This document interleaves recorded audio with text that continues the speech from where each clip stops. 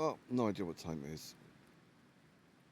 I think I dozed off, so I'm guessing it's around midnight. I generally wake up around midnight.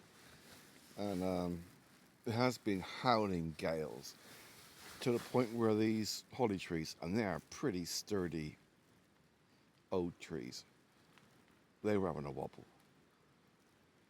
And yeah, now and again I could hear the rain, but the holly trees are protecting me from most of it. And now and again I keep thinking, it's a bit nippy. Although I pulled me, you know, tinfoil hat over me, and I'm fine. I'm nice and snuggled. It just occurred to me that it's pretty much October. So yeah, it is a bit on the nippy side. It's a bit windy. But yeah, my setup, it does work. There's a little bit of a breeze coming in. It's tied off enough so that it's got a bit of give, but not enough so it's going to billow up. And I mean, this side is against me, but the oven ready. When I'm inside this, it basically fills up the inside of the hammock. So it's like a very big cocoon. And so the outside layer is not touching me. But there's no moisture coming through that. It has been pissing down a lot. But because of holly trees, there's not a lot reaching me. You can hear it now and again, which is quite nice. Also, this is quite nice. Bit of drinkies. I've not actually finished the flask yet, so I'm not drinking that much. But I might get through a third of that.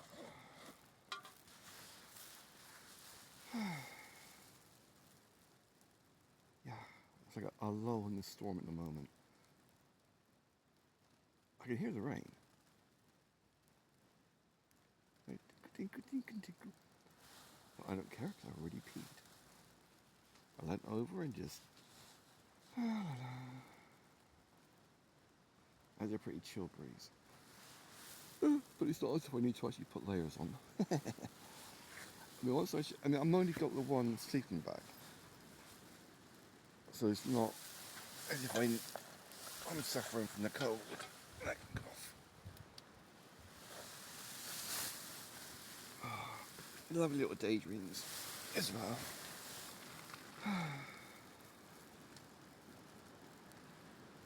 What's interesting is that you can hear the wind building up about 2 minutes in advance.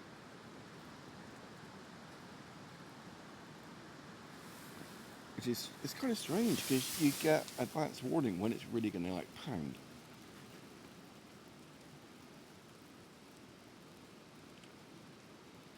I would dread to think what it's like down in the valley.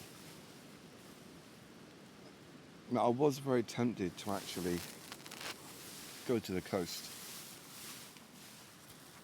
and pitch up, because there is a little bit of woodland. It's not much, but there's a little bit of woodland. Or rather, there was the last time I was down there, which was a couple of years ago, since crashes and stuff, and pitch up on the seashore. Except that's also where the junkies go, and they've got a habit of grabbing girls, shooting them up. I don't mean junkies, I mean picking up actual kids and that, and dragging them back to their tents, having their fun, and then leaving them with a needle stuck in them. So I'm not going down there. Plus, I wouldn't get any sleep and I'd be completely pissed off. Not because of the sound of the ocean, that doesn't bother me, I like that. Not because of the cold, I can snuggle up, I like that. But the reason why I'd end up pissed off is going to be I'd have a massive headache. Simply because of the rocks. It's pebbles. Pebbles might sound nice as an idea, but when you've got big pebbles and you've got what's the second largest tidal estuary on the planet, it is horrendous noise. Oh, I mean, it is brain-shattering noise. Imagine like two large pebbles, one smacking against the other. Then imagine that multiplied by several tens of thousands. It is fucking horrendous noise. Nice to think about, but horrendous bloody noise. So, another one. It's not as bad now as it was earlier. Earlier it was really horrendous. Yeah, next time, as much as I love having lots of headroom,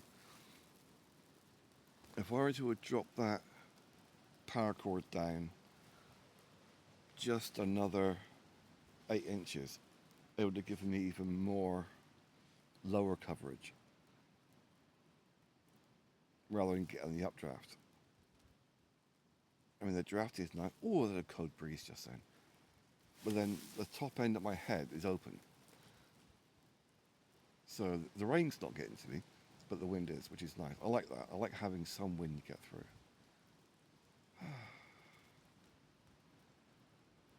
Yeah, I also made a point of trying not to have that snagged, like folded over, creased. But there's not much you can do about it, really.